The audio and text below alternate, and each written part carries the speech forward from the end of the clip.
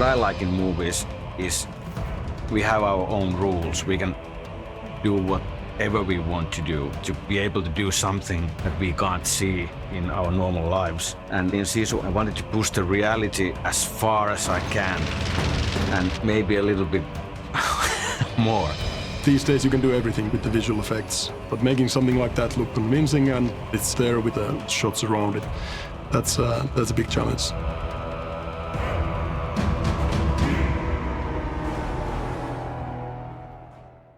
The VFX supervisor is kind of on top of the visual effects work in the film, and that's mainly concerning the post-visual effects. But I was on board pretty early on, so I was working on key art that was used for the marketing in the very early stages, and then concept art as well. And from there, laying out key scenes in the film in terms of concepting and just to get the feel of them. I think it's important to storyboard them well and do good planning, and only then you are able to start breaking down them with crew-like VFX and physical effects.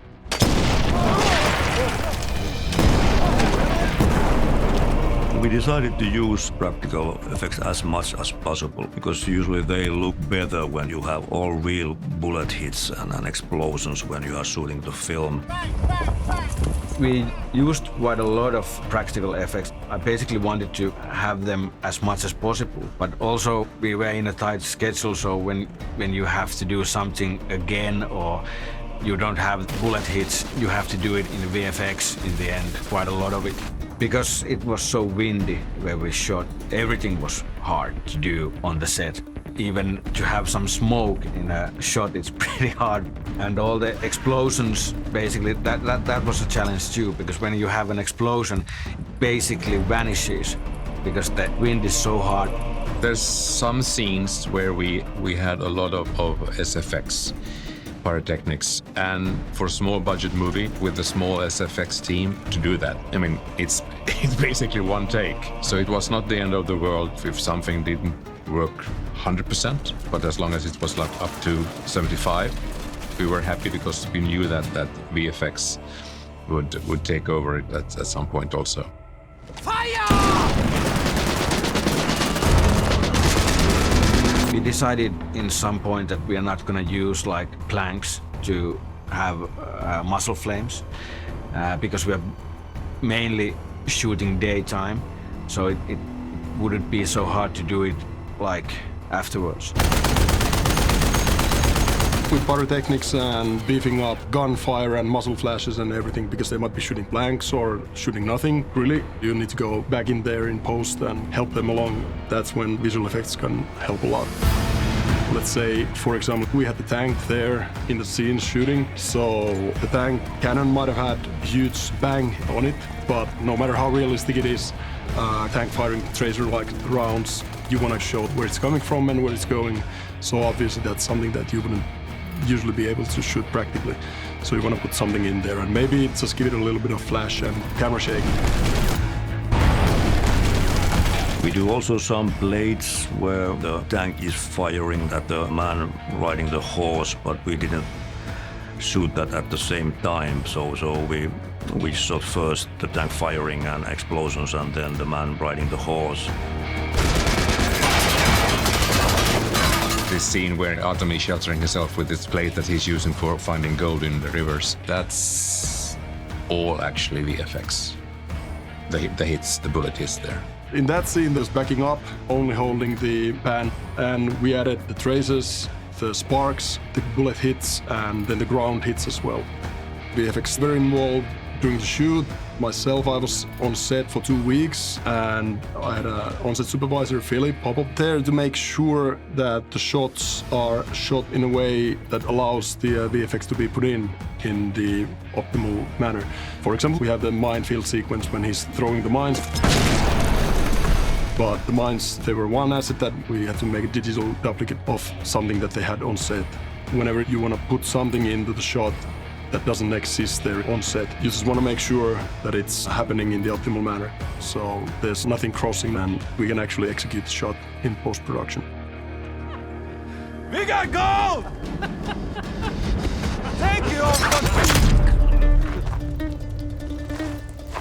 Making something like CG blood look good, you always need to explore it and find out what is the style that the director prefers when it comes to, like, say, the amount of blood and the amount of general carnage that you have happening in the scenes. He usually wanted to have a lot of it, so that was one principle there. With SFX team, they did a lot of nice tests before the shoot.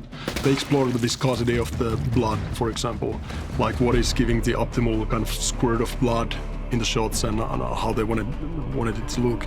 So we had pretty good handle on that when we started the post VFX work. Obviously, we put a lot of blood in a lot of the fighting scenes. You want to find a good balance that is not distracting, but is giving the additional beef for the shots that the director is after. One of the most challenging sequences and shots would be the bombed Helsinki in the end of the film. We shot in the middle of Helsinki, and then we did some VFX extensions so that it looks like just after bombing. Jalmari wanted to go with something that is, just has the maximum visual impact. And obviously Helsinki Cathedral, that's a very impressive building itself. And then the Bank of Finland.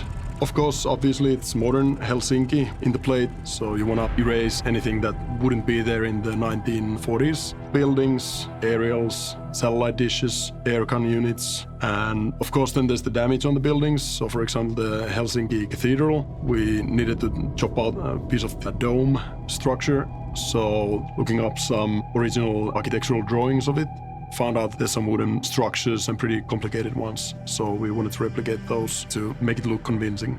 On top of that, all the smoke plumes from the situation in the city. And actually there's a lot of construction cranes in a wide shot like that of any modern city. So you can kind of hide a lot of that background stuff underneath layers of smoke and fog. I think the level of destruction is probably right considering the overall city, that, it wasn't bombed flat, but there's some buildings have taken damage.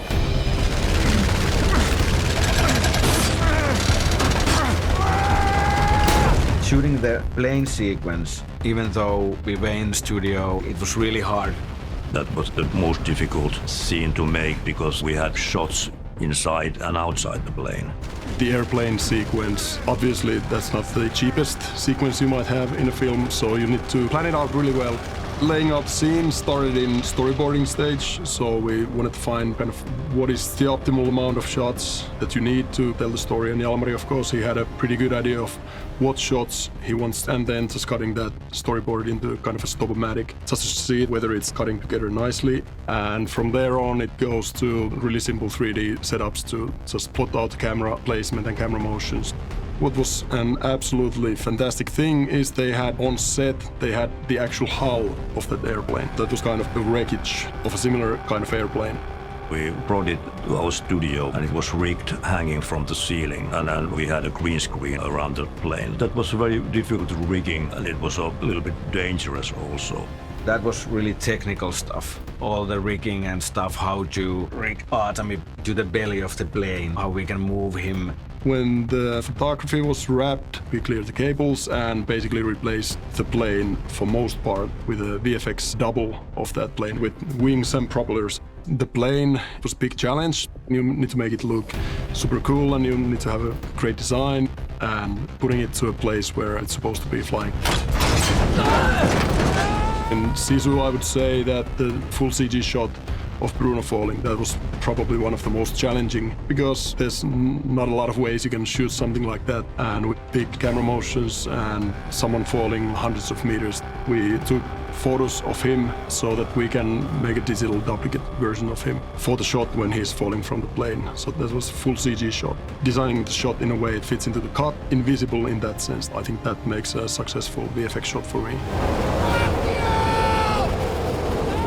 I'm pretty sure you will never see me doing a film which happens in a kitchen where husband and wife are arguing about some stupid shit.